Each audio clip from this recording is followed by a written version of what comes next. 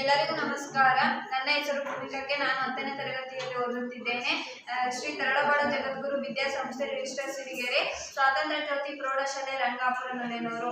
ಇಂದು ವಿಜ್ಞಾನದಲ್ಲಿ ಆಶುಭಾಷಣ ಸ್ಪರ್ಧೆಯನ್ನು ಹಮ್ಮಿಕೊಂಡಿದ್ದೇವೆ. ನಾವು 10ನೇ ತರಗತಿಯ ವಿದ್ಯಾರ್ಥಿಗಳು. ನಾವು ಇಂದು ಆಶುಭಾಷಣ ಸ್ಪರ್ಧೆಯನ್ನು ಹಮ್ಮಿಕೊಂಡಿದ್ದೇವೆ. ಆಶುಭಾಷಣ ಸ್ಪರ್ಧೆಯು ನಿರ್ವಿಘ್ನವಾಗಿ ನಡೆಯಲೆಂದು ಪ್ರಾರ್ಥನೆ ಮಾಡಲು ಬರುತ್ತಿದ್ದಾರೆ ವಿಜ್ಞಾನದ ಬಗ್ಗೆ ನನ್ನ ಗೆಳತಿಯರು.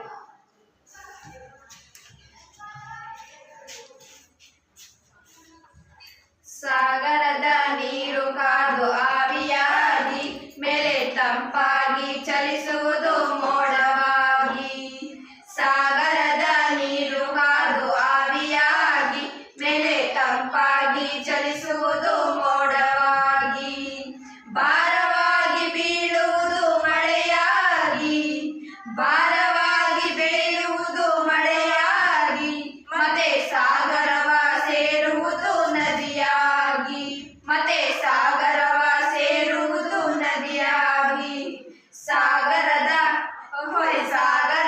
ನೀರು ಕಾದು ಆವಿಯಾಗಿ ಮೇಲೆ ತಂಪಾಗಿ ಚಲಿಸುವುದು ಮೋಡವಾಗಿ.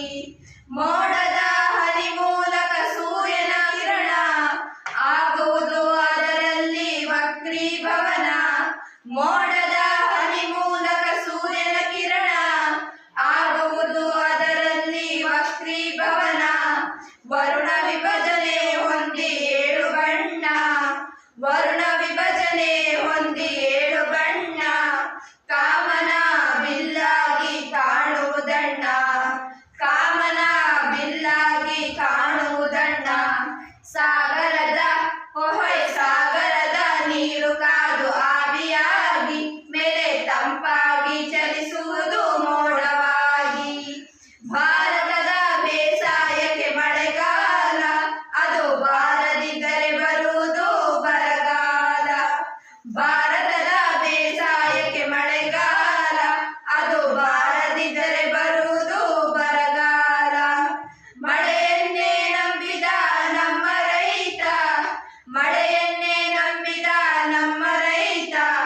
ಬೆಳೆ ಇಲ್ಲದೆ ಬಡವನಾದ ಅನ್ನದಾತ, ಬೆಳೆ ಇಲ್ಲದೆ ಬಡವನಾದ ಅನ್ನದಾತ. ಸಾಗರದ ನೀರು ಕಾದು ಆವಿಯಾಗಿ ಮೇಲೆ ತಂಪಾಗಿ ಚಲಿಸುವುದು ಮೋಡವಾಗಿ. ಹಿಂಗಾರಿನ ಮುಂಗಾರಿನ ಮಾರುತಗಳು ಮೋಡಗಳ ಎಳೆದು ತಂದು ಮಳೆಯು ಬಂದು. ಹಿಂಗಾರಿನ ಮುಂಗಾರಿನ ಮಾರುತಗಳು ಮೋಡಗಳ ಎಳೆದು ತಂದು ಮಳೆಯು ಬಂದು. ಬೆಳೆಗಳು ಬೆಳೆಯಲು ಹುಲುಸಾಗಿ, ಬೆಳೆಗಳು ಬೆಳೆಯಲು ಹುಲುಸಾಗಿ. ನಮ್ಮ ರೈತನ ಜೀವನ ಹರ್ಷವಾಗಿ, ನಮ್ಮ ರೈತನ ಜೀವನ ಹರ್ಷವಾಗಿ. ಸಾಗರದ ನೀರು ಕಾದು ಆವಿಯಾಗಿ ಮೇಲೆ ತಂಪಾಗಿ ಚಲಿಸುವುದು ಮೋಡವಾಗಿ. ಭಾರವಾಗಿ ಬೀಳುವುದು ಮಳೆಯಾಗಿ, ಮತ್ತೆ ಸಾಗರವ ಸೇರುವುದು ನದಿಯಾಗಿ. ಭಾರವಾಗಿ ಬೀಳುವುದು ಮಳೆಯಾಗಿ, ಮತ್ತೆ ಸಾಗರವ ಸೇರುವುದು ನದಿಯಾಗಿ. ಸಾಗರದ ನೀರು ಕಾದು ಆವಿಯಾಗಿ ಮೇಲೆ ತಂಪಾಗಿ ಚಲಿಸುವುದು ಮೋಡವಾಗಿ. ಸಾಗರದ ನೀರು ಕಾದು ಆವಿಯಾಗಿ ಮೇಲೆ ತಂಪಾಗಿ ಚಲಿಸುವುದು ಮೋಡವಾಗಿ. ಜಲಚಕ್ರದ ಬಗ್ಗೆ ಆಡಿದಂತಹ ಪ್ರಾರ್ಥನೆಯನ್ನು ಮಾಡಿದಂತಹ ನನ್ನ ಗೆಳತಿಯರಿಗೆ ಧನ್ಯವಾದಗಳು. ಈಗ ನಾವು ಆಶುಭಾಷಣ ಸ್ಪರ್ಧೆಯನ್ನು ಪ್ರಾರಂಭಿಸೋಣ. ಮೊದಲನೆಯದಾಗಿ ಲಕ್ಷ್ಮೀ ಬಿ, 10ನೇ ತರಗತಿ.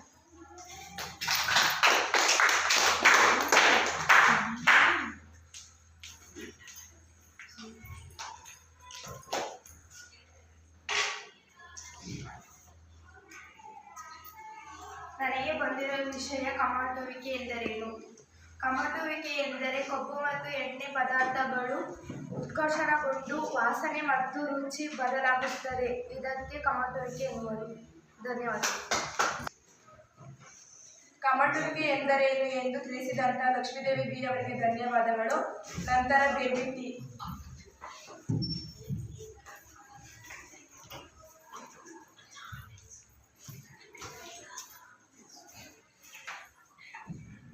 ಬಂದಿರುವ ವಿಷಯ ಫ್ಲೆಮಿಂಗ್ನ ಎಡಗೈ ನಿಯಮ. ಎಡಗೈನ ಹೆಬ್ಬೆರಳು, ತೋರು ಬೆರಳು, ಮಧ್ಯದ ಬೆರಳುಗಳು ಪರಸ್ಪರ ಲಂಬವಾಗಿರುವಂತೆ ಹಿಡಿದುಕೊಂಡು ತೋರು ಬೆರಳು ಕಾಂತಕ್ಷೇತ್ರದ ದಿಕ್ಕನ್ನು ಬದಲಾಯಿಸುತ್ತದೆ. ವಿದ್ಯುತ್ ಪ್ರವಾಹದ ದಿಕ್ಕನ್ನು ಹೆಬ್ಬೆರಳು ಪ್ರವಾಹದ ವಾಹಕದ ಮೇಲೆ ಸೂಚಿಸುತ್ತದೆ. ಧನ್ಯವಾದಗಳು.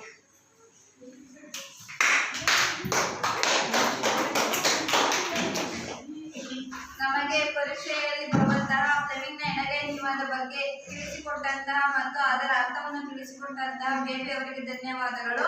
ನಂತರ ಗಣೇಶ.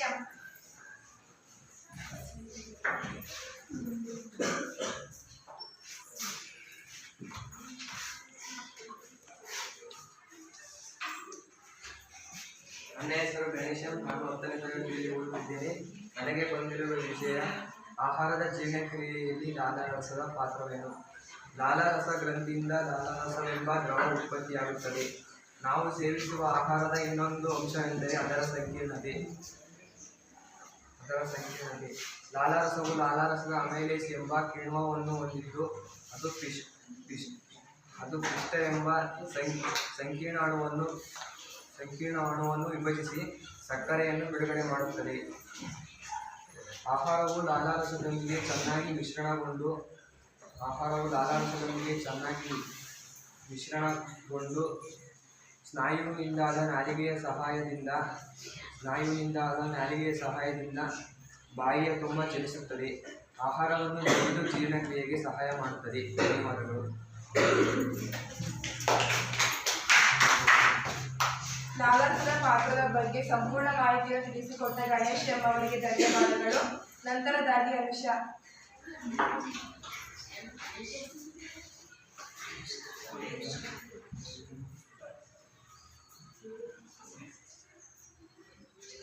ನನಗೆ ಬಂದಿರುವ ವಿಷಯ ಓಂನ ನಿಯಮ.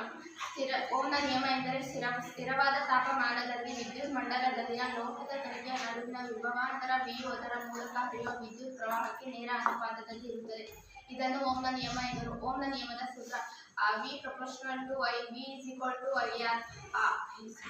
V is equal to IR. I is equal to V. I is equal to VI. R is equal to V. I is equal to VR. R is equal to VI.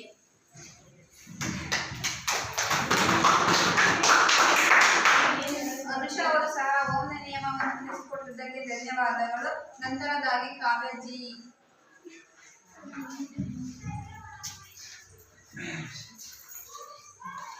ನನಗೆ ಬಂದಿರುವ ವಿಷಯ ರೆಡಾಕ್ಸ್ ಕ್ರಿಯೆ ಎಂದರೇನು.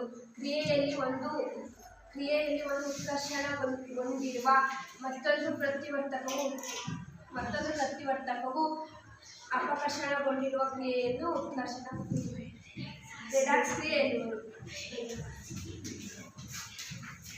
Redox ಕ್ರಿಯೆ ಎಂದರೇನು ಎಂದು ಹೇಳಿದಂತಹ ಕಾವೇಜಿ ಅವರಿಗೆ ಧನ್ಯವಾದಗಳು. ನಂತರದಾಗಿ ಸಹನಾ.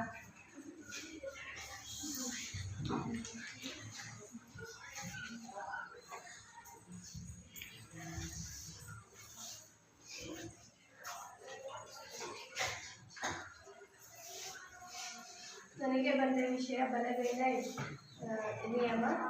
ಬಲಗೈನ ಹೆಬ್ಬೆರಳು, ತೋರು ಬೆರಳು, ಮಧ್ಯದ ಬೆರಳು ಪರಸ್ಪರ ಲಂಬವಾಗಿ ಹೊಂದಿದಾಗ ತೋರು ಬೆರಳು ಕಾಂತಕ್ಷೇತ್ರದ ದಿಕ್ಕನ್ನು, ಮಧ್ಯದ ಬೆರಳು ವಿದ್ಯುತ್ ಪ್ರವಾಹದ ದಿಕ್ಕು ಹಾಗೂ ಹೆಬ್ಬೆರಳು ವಾಹಕದ ಮೇಲೆ ವರ್ತಿಸಿದಾಗ ಬಲದ ದಿಕ್ಕನ್ನು ಸೂಚಿಸುತ್ತದೆ. ಧನ್ಯವಾದಗಳು.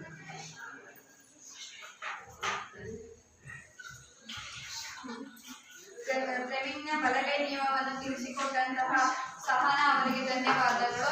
ನಂತರದಾಗಿ ಮೇಘನಾ ಜೆ.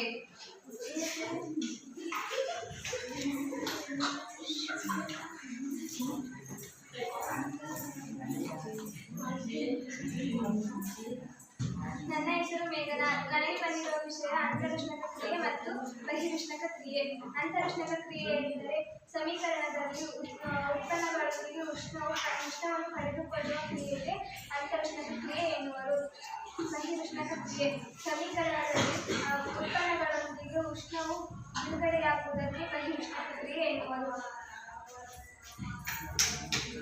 ಅಂತರುಷ್ಣಕ ಮತ್ತು ಬಹಿರುಷ್ಣಕ ಕ್ರಿಯೆ ಎಂದರೇನು ಎಂದು ತಿಳಿಸಿಕೊಟ್ಟ ಮೇಘನಾ ಅವರಿಗೆ ಧನ್ಯವಾದಗಳು. ನಂತರದಾಗಿ ಅಶ್ವತಿ.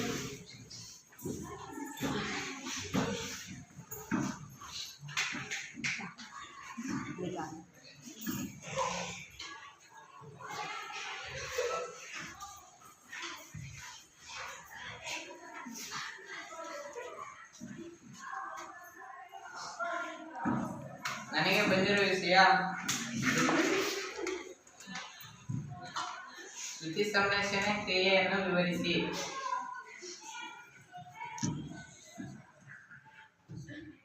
ದ್ಯುತಿ ಸಂಶ್ಲೇಷಣೆ ಕ್ರಿಯೆಯನ್ನು ವಿವರಿಸಿ ಎಂಬ ವಿಷಯ ನನಗೆ ಬಂದಿದೆ. ಎಲ್ಲ ಹಸಿರು ಸಸ್ಯಗಳು ದ್ಯುತಿ ಸಂಶ್ಲೇಷಣಾ ಕ್ರಿಯೆಯನ್ನು ಸೂರ್ಯನ ಬೆಳಕಿನಲ್ಲಿ ನಡೆಸುತ್ತವೆ. ಅದರಲ್ಲಿ ಎಲ್ಲ ಹಸಿರು ಸಸ್ಯಗಳು ಸೂರ್ಯನ ಕಿರಣಗಳಲ್ಲಿ ದ್ಯುತಿ ಸಂಶ್ಲೇಷಣಾ ಕ್ರಿಯೆಯನ್ನು ನಡೆಸುತ್ತವೆ. ಅದರಲ್ಲಿ ಪ್ರಮುಖವಾದ ಕ್ರಿಯೆಗಳು ಜರುಗುತ್ತವೆ. ಮೊದಲನೆಯದಾಗಿ ಕ್ಲೋರೋಫಿಲ್ನಿಂದ ಸೂರ್ಯನ ಬೆಳಕಿನ ಶಕ್ತಿ ಹೀರುವಿಕೆ.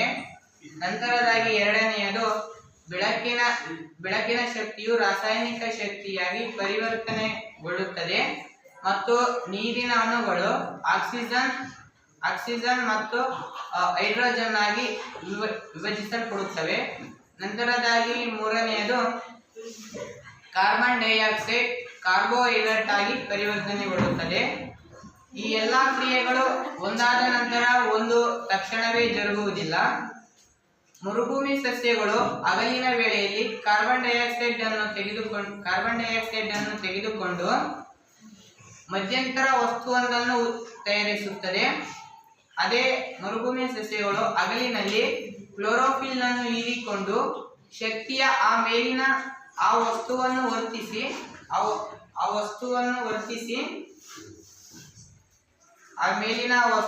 ವರ್ತಿಸಿ ಆಹಾರವನ್ನು ತಯಾರಿಸುತ್ತದೆ.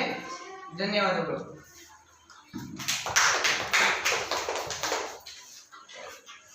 ದ್ಯುತಿ ಸಂಶ್ಲೇಷಣೆ ಕ್ರಿಯೆ ಹೇಗೆ ನಡೆಯುತ್ತದೆ ಎಂದು ಸಂಪೂರ್ಣವಾಗಿ ತಿಳಿಸಿಕೊಟ್ಟಂತಹ ಹರ್ಷದಿಯವರಿಗೆ ಧನ್ಯವಾದಗಳು. ನಂತರದಾಗಿ ಲಕ್ಷ್ಮೀಜಿ.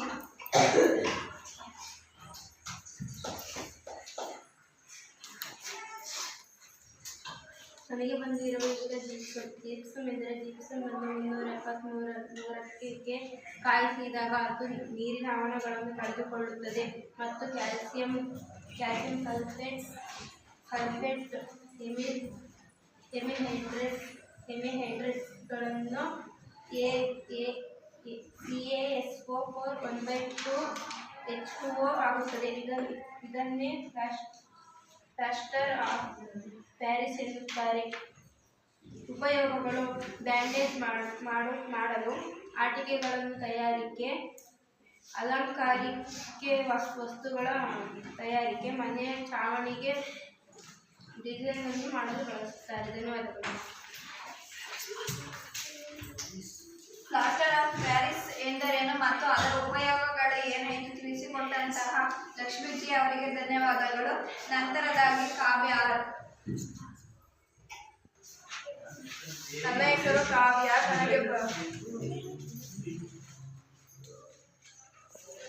ನನಗೆ ಬಂದಿರುವ ವಿಷಯ ಸಸ್ಯಗಳಲ್ಲಿ ನೀರು ಮತ್ತು ಖನಿಜ ಸಾಗಾಣಿಕೆ ಹೇಗೆ ಆಗುತ್ತದೆ ಮತ್ತು ರಾಶಿ ಸಂರಕ್ಷಣಾ ನಿಯಮವನ್ನು ನಿರೂಪಿಸುವುದು.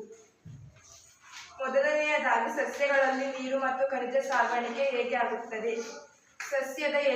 ಸಸ್ಯದ ಎಲ್ಲ ಭಾಗಗಳಿಗೆ ತಲುಪುವ ನೀರನ್ನು ಸಾಗಿಸುವ ಕಾಲುವೆಗಳು ನಿರಂತರ ವ್ಯವಸ್ಥೆಯನ್ನು ನಿರ್ಮಿಸಲು ಜೈಲಮ್ ಅಂಗಾಂಶಗಳಲ್ಲಿ ಕಾಂಡ, ಬೇರು ಮತ್ತು ಎಲೆಗಳ ನಳಿಕೆಗಳು ಮತ್ತು ಟ್ರೆಗಿಟ್ಗಳನ್ನು ಪರಸ್ಪರ ಸಂಪರ್ಕ ಹೊಂದಿವೆ.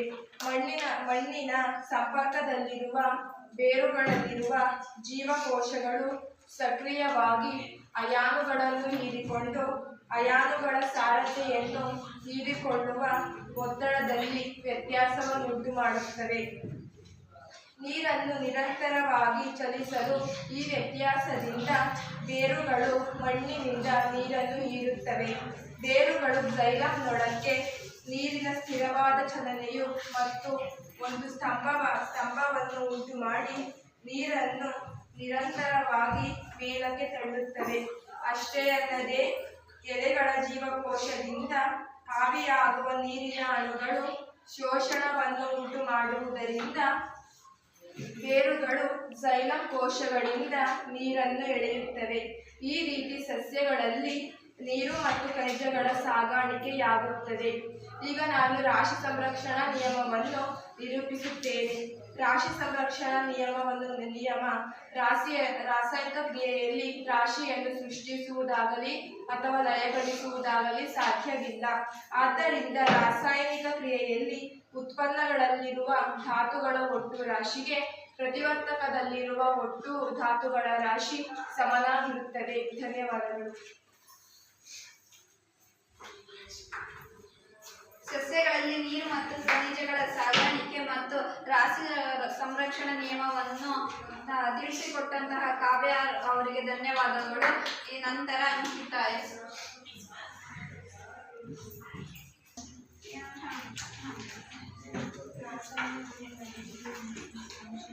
ನನಗೆ ಬಂದಿರುವ ವಿಷಯ ರಾಸಾಯನಿಕ ಕ್ರಿಯೆಗಳ ನಡೆಯುವ ಎಂದು ತಿಳಿಸುವ ಅಂಶಗಳು: ಅನಿಲದ ಬಿಡುಗಡೆ, ಬಣ್ಣದಲ್ಲಿ ಬದಲಾವಣೆ, ಉಷ್ಣದ ಬಿಡುಗಡೆ, ಸ್ಥಿತಿ ಬದಲಾವಣೆ. ರಾಸಾಯನಿಕ ಕ್ರಿಯೆ ನಡೆದಿದೆ ಎಂದು ತಿಳಿಸುವ ಅಂಶಗಳನ್ನು ತಿಳಿಸಿದಂತಹ ಅಂಕಿತಾ ಅವರಿಗೆ ಧನ್ಯವಾದಗಳು. ನಂತರದಾಗಿ ಭೂಮಿಕಾ ಕೆ.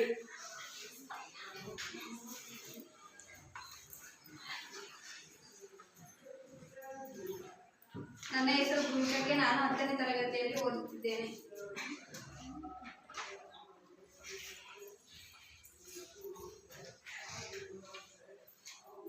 ನನಗೆ ಬಂದಿರುವ ವಿಷಯ ದುಗ್ಧರಸ.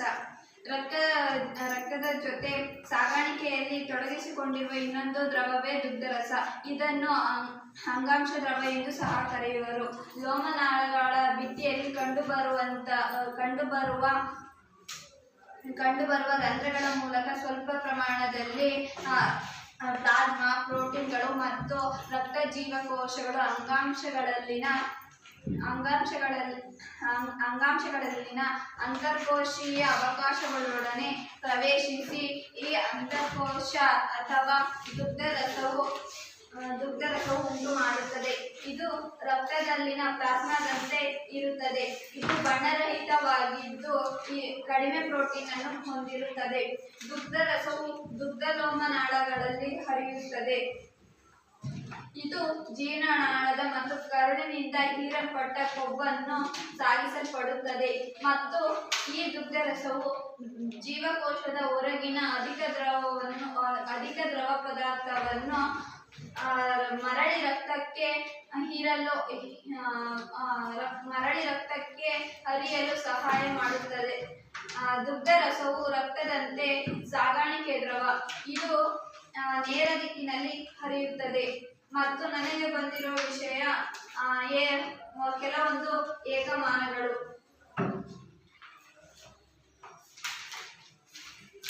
ಓಮ್ನ ಏಕಮಾನ ರೋಧ, ವೋಲ್ಟ್ನ ಏಕಮಾನ ವಿಭವಾಂತರ, ಆಂಪಿಯರ್ ಏಕಮಾನ ವಿದ್ಯುತ್ ಪ್ರವಾಹ, ಓಮ್ನ ಮೀಟರ್ನ ಏಕಮಾನ ರೋಧಶೀಲತೆ, ವ್ಯಾಟ್ನ ಏಕಮಾನ ವಿದ್ಯುತ್ ಸಾಮರ್ಥ್ಯ, km/h ಏಕಮಾನ ವಿದ್ಯುತ್ ಸಾಮರ್ಥ್ಯ ವ್ಯಾವಹಾರಿಕ ಏಕಮಾನ, ಡಯಾಪ್ಟರ್ ಏಕಮಾನ ಮಸೂರದ ಸಾಮರ್ಥ್ಯ.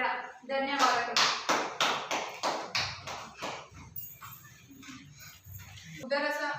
ದುಗ್ಧರಸ ಮತ್ತು ಏಕಮಾನಗಳನ್ನು ತಿಳಿಸಿದಂತಹ ಭೂಮಿಕಾ ಕೆ ಅವರಿಗೆ ಧನ್ಯವಾದಗಳು. ನಂತರದಾಗಿ ಕಾವ್ಯ ಡಿ.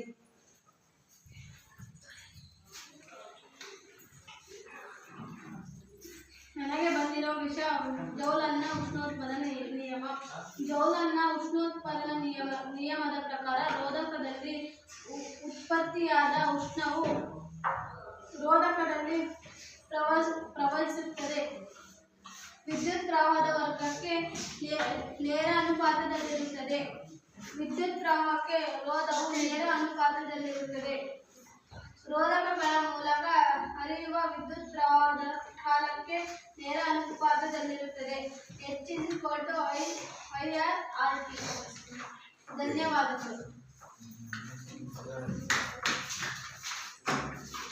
ಜೌಲ್ನ ಉಷ್ಣೋತ್ಪಾದನಾ ನಿಯಮವನ್ನು ತಿಳಿಸಿಕೊಟ್ಟಂತಹ ಕಾವ್ಯ ಡಿ ಇವರಿಗೆ ಧನ್ಯವಾದಗಳು.